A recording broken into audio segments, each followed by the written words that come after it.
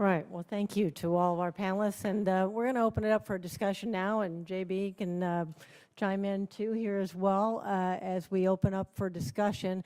I think one of the things that really triggered my thought process as going through all of your opening presentations was what really is the future role for public sector data.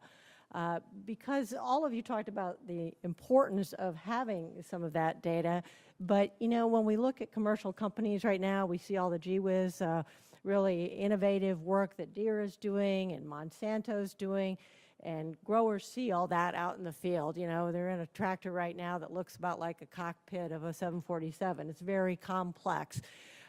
They go into their county USDA office and, well, let's just say the technology experience is probably not the same. I mean, I know there's still some county offices that they've watched computer systems crash. Now, what is, from all of you here, what is the appropriate role going forward for the public sector data, for government collection of that data? How do you make the case to the funding sources here on Capitol Hill that you need to have the resources? And Mary, I know you mentioned resources a couple times.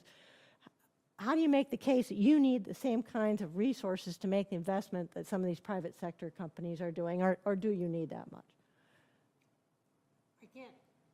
Well, I think that public sector agencies need resources to do the things we've already talked about that they uniquely can do. The trusted data, the objective sources that are statistically representative, the transparency and the openness. I think pretty much everyone here mentioned that you need a benchmark, something that brings us back to a point that we all believe in.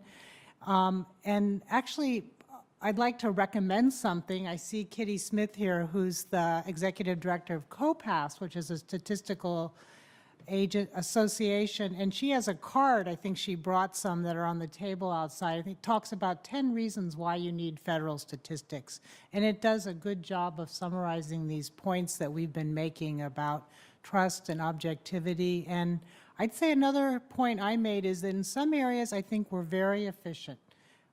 That it'd be very hard for a private company to do these big integrated systems where you need research over time to have the valid tested measures, where you need to make it public, and you're bringing a lot of pieces together.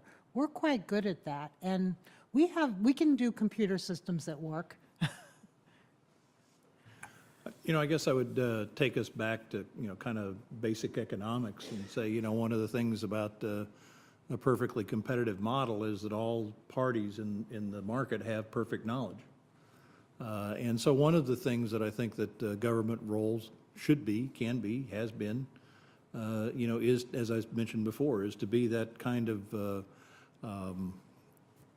know, that referee, that third party, that objective organization. You know, there's a reason why USDA releases data, releases their market reports the way that they do. You know, why WASDE gets released the way that WASDE gets released. And I think that's a very definite reason for governments to play a role in collecting data.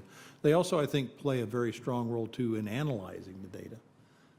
You know, that they can bring that expertise, you know, that capability to actually take the data apart or put the data together, maybe is the right way to say that.